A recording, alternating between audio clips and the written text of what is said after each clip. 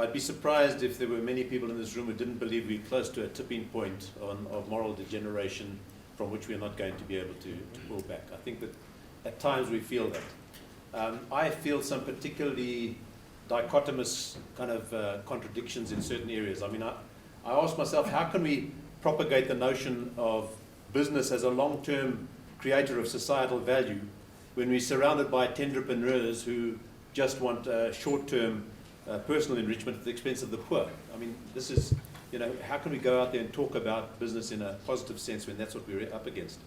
How can we talk about ethics as a source of competitive advantage when there are those whose only competitive advantage is their political affiliation?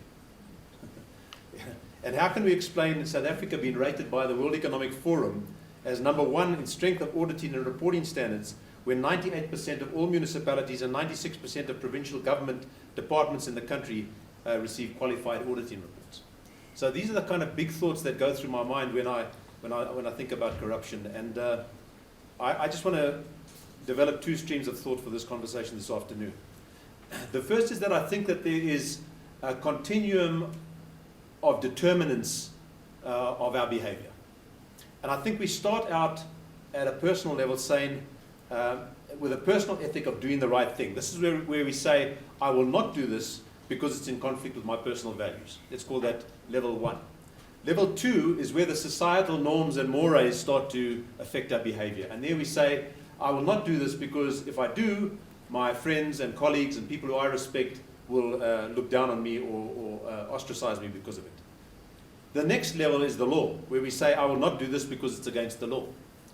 Then we get into the hairy areas where we break the law, but we have no fear of being caught. And there you say, I'm acting illegally, but my chances of being caught are slim. You go further and say, I'm acting illegally, but if caught, my chances of being prosecuted are slim. And then you go even one step further to say, I'm acting illegally, but if caught and prosecuted, my chances of a harsh sentence are slim. And only then do you get what I've classified as the 7th level on this, which is a real fear of breaking the law, where we say the risk of being caught, prosecuted, and sentenced for this illegal act is so great that I will not do it. So these are the kinds of things that determine how people behave out there. And my fear is that too many people in South Africa today are operating in my 4 to 6 zone, and not enough on the 1 to 2 zone or even the 7th zone. And so you have the personal enrichment, greed-driven, short-termists who are out there. I question some of the motives, or I presume some of the motives at times to be, our country's going to hell, so let's rip it off while we can. Another one is, I was prejudiced by the caste regime, so let me get instant redress. Another one is, I broke laws legitimately under the apartheid system in order to further myself in business.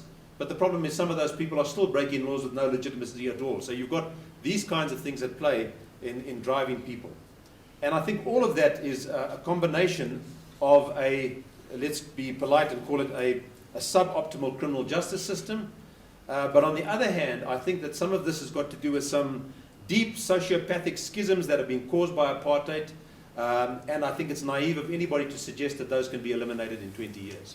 So we are not dealing with a normal society here. Drawing parallels between what happens here and Europe or America, I think, is somewhat invalid.